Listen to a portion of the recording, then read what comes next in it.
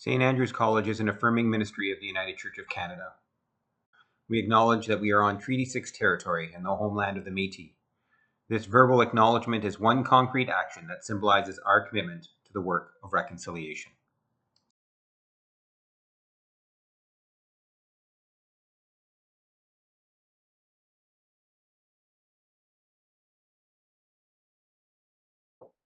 In February of 2009, this was the media release that went out. As a college, St. Andrews has been committed to a long process of involving our faculty, students, staff, alumni, academic committee, board, and friends in study, worship, and discussion in order to be declared an affirming ministry of the United Church of Canada. In May of 2008, the board agreed that we ask Affirm United of the United Church of Canada to declare St. Andrew's College an affirming ministry. Affirm United declared St. Andrew's College an affirming ministry on February 7th, 2009. So we are coming up on 15 years of that. And we want to celebrate that. And we want to mark that as not only as St. Andrews, but as part of the STU with multiple commitments towards affirming in many different ways. And so we're starting off by looking at our histories and our trajectories. And so with that in mind, I'm going to invite Dr. Lynn Caldwell to kick us off and give us a historical overview of where we have been in St. Andrews in particular as we become affirming. Lynn, take it. Okay, thanks, Sean. I'm going to share my screen, and as I talk, I'll have a PowerPoint scrolling along to keep me company and hopefully help you to follow through with some images.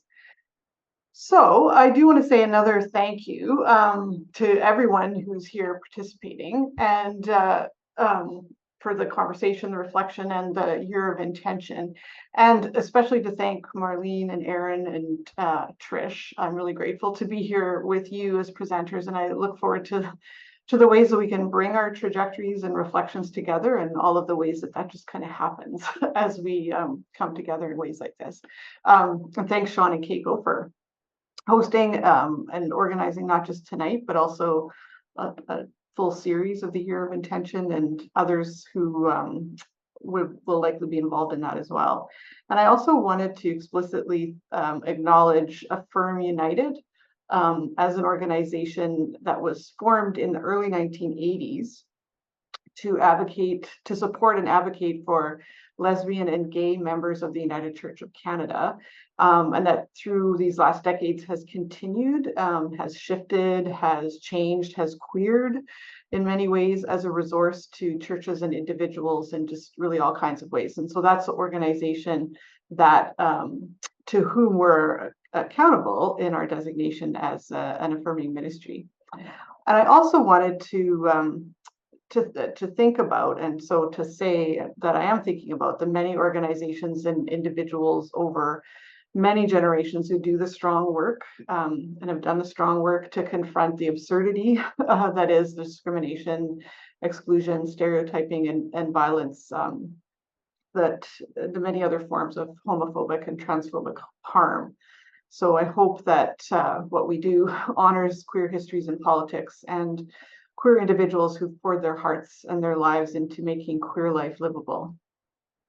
So my interest in speaking to this tonight and to saying yes to the invitation comes both from my experience and commitment currently as a member of the St. Andrew's College faculty and the Saskatoon Theological Union faculty, and also as a St. Andrew's College alum who was a student here in the early 90s. So my return here to join faculty coincided really with the announcement and the declaration of becoming an affirming ministry. So I came in the fall of 2008, and as Sean shared, the public declaration was in 2009. And my time as a student between 1992 and 95 was a time that I experienced as involving a lot of theological and institutional and community affirmation of queer life. So I want to offer both of these as different but related glimpses of what we're reflecting on and working to rediscover, to sustain, or to deepen, or all of the kinds of things we might be about in a year of intention. So I'm not going to speak chronologically. And when Sean was introducing this as a historical overview and the grand view, it might be that, but I'm taking histories and trajectories in a kind of interpretive way. And what I'm offering are these two glimpses and not chronologically. So I'll start by talking about some of the happenings that I'm familiar with in the 2009 to 2023 time period, when the college has formally been an affirming ministry. And through that description will come some of the elements of the process that leads to that. And then I'm going to do just a really short little reminiscing about back in the day a bit and describe queer culture at the college from my experience in the 90s. So we did hear some of this in Sean's introduction, and what he read as the announcement is repeated on here. This is a poster that is about the service of celebration that happened in March to formally covenant and celebrate becoming an affirming ministry. So I wanted to draw attention to what Sean did read in the announcement, is that in announcing the becoming of an affirming ministry, there was an identification of a long process that explicitly of study, of worship, and discussion ahead of the declaration. And you could see that in the description. And I could say too, I wasn't at the college at the time of that, but I do know that the affirming ministry program has been designed particularly around congregations doing a period of study over time together. And in a college where there's always changing student bodies, the process itself needed to adapt to that. But it was a long process. And along with this announcement and the press release and the celebration, there would have been other kinds of announcements of this new status. And there was a piece in the college newsletter that I'm familiar with at the time that was written by Jordan Cantwell, who was a student of the college in 2009 and a part of that process. And she began the newsletter article with this quote: "What do you mean St. Andrews isn't affirming? Of course they are," and goes on to express surprise and hearing surprise that this declaration was something new in 2009. But it was, however, and the newsletter article goes on to say so, in 2009, a really particular form of public declaration and commitment that's very specific to the Affirm United process of learning about sexual and gender diversity, about homophobia, and especially about homophobia and heterosexism in churches and other Christian theological contexts. So the college would have been and was equipped by a kit full of resources and access to a consultant. So resources about human sexuality and about understanding the roots of anti-gay and anti-queer beliefs and practices really broadly. Some history of the United Church in relation to justice and inclusion, and resources that were particularly focused on the college's own context in theological education. And then the college, working with Affirm United, would have and did create or develop a continuing plan of action as part of the responsibility in making that declaration. So this was a piece of what was also shared publicly. And I know that in 2011 there was another bullet point added to indicate a commitment to web-based resources, also conveying the commitment to be affirming. So what I want to say, what occurs to me in thinking about this, is that in these past nearly 15 years, as Sean has said, of living out this declaration, those 15 years was that this plan of action unfolding. So this was written in 2009. It was a plan of action for the future life of the college, which we're still living and looking back upon. It was a plan to be affirming in every part of the college's life. And this year of intention in 2023, 24, including events like this, seems to me, even though it's not spelled out there, but pretty consistent with what the college committed to then. And it's an opportunity to consider, along with the other two colleges of the STU and drawing on their histories and commitments, what our plan is now. And 15 years is a pretty long, I mean, it kind of depends on perspective, but 15 years can be in some ways a pretty long and diverse time, lots of comings and goings in any institution, and the college included. So there's a lot to think about, to know, to remember, to analyze, to take into consideration. And it's the everyday, it's the particular of all of this that really matters, not just of what was imagined and committed to, but what has happened, the impacts on individual students, the interactions, the impacts on communities with which we relate as students and faculty. And so I hope, and it's what we're starting to do tonight too, that we can, during this year of intention, keep our minds kind of tuned to this diversity of experience as we're reflecting on histories and building new plans together. And so two other pieces just to highlight in terms of that 15-year time before I take us down memory lane to the 90s, so these are two pieces that I want to describe from this 15-year trajectory as an affirming ministry. And one is the recommitment practices of the college, and the other is the development of a new justice policy. So not to elevate these over anything else, but just to give another bit of overview of the affirming ministry process in particular. So it didn't happen every, whoops, just trying to move the video piece. It didn't happen every year, but there were several occasions that the college has had a practice of formally recommitting to the explicit commitments made in 2009. So at the top is a picture of the ceremony in 2009. There are two different pictures. So there's Laura Foos, who's there on behalf of Affirm, speaking to the chair of the Board of Regents at the time, and I think probably representative college council. And then some other images of events that have happened over time that were recommitments and opportunities to do education, and also like to recommit as the body of the college that we were on those different occasions. In the service of recommitment in 2018, which is this picture here, in the spring of 2018, we received the design of the banner that now hangs in the college chapel. And this was dedicated then the next fall in October of 2018.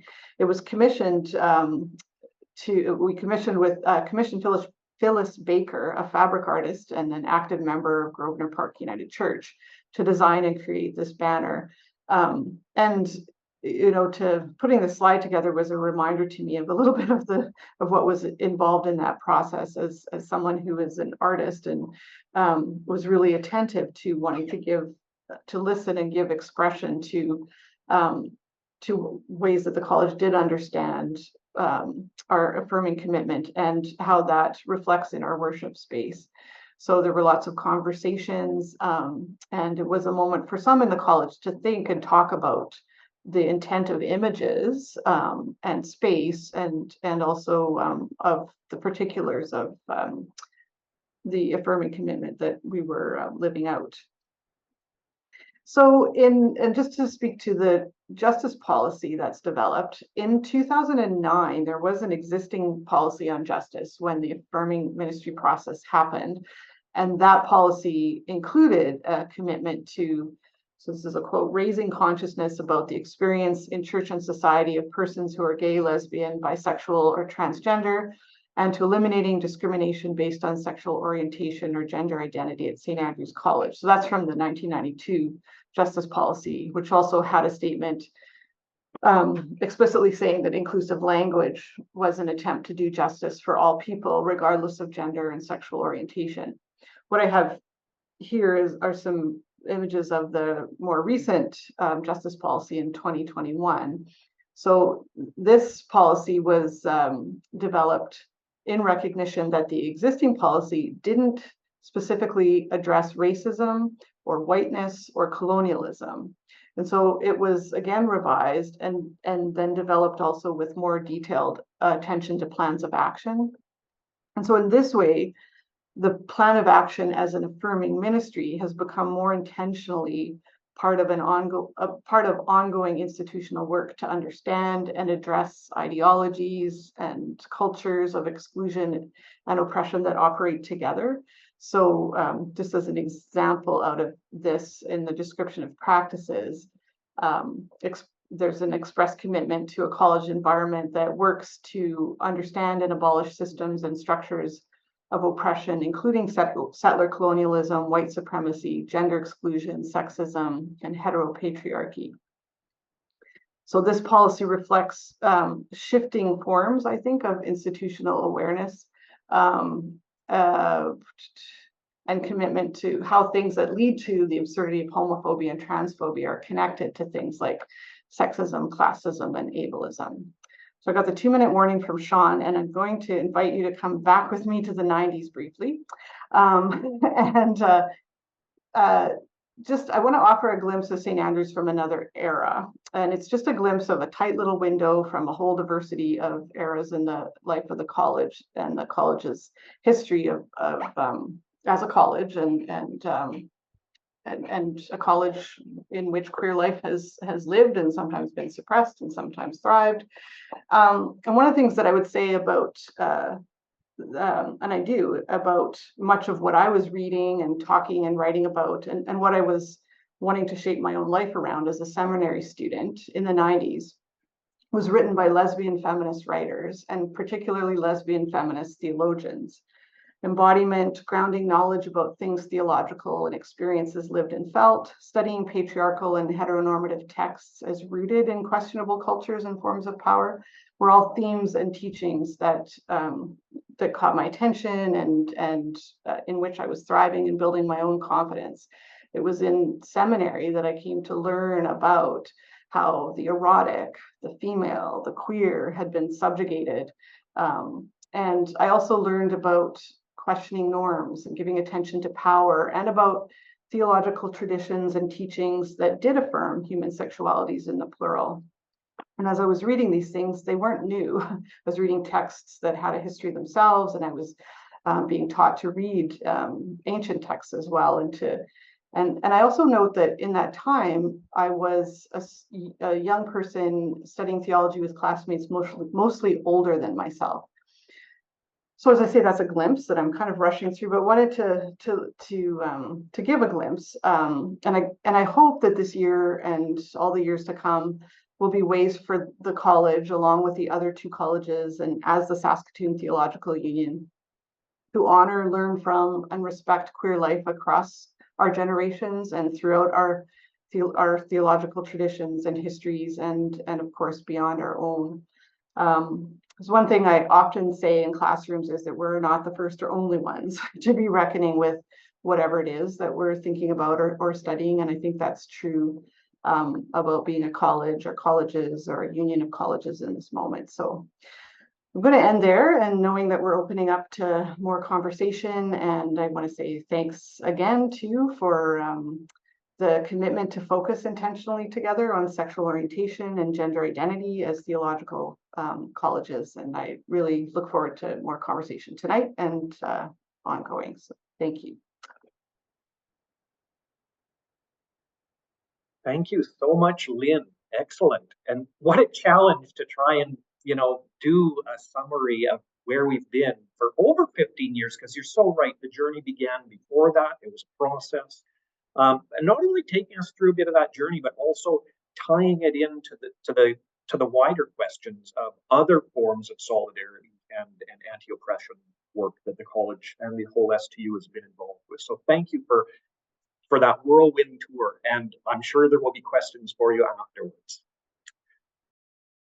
If you'd like to learn more about any of our programs, please reach out to the college recruitment officer. The link is in the video notes below. And do feel free to like and share this video to spread the word. Peace and blessings be with you.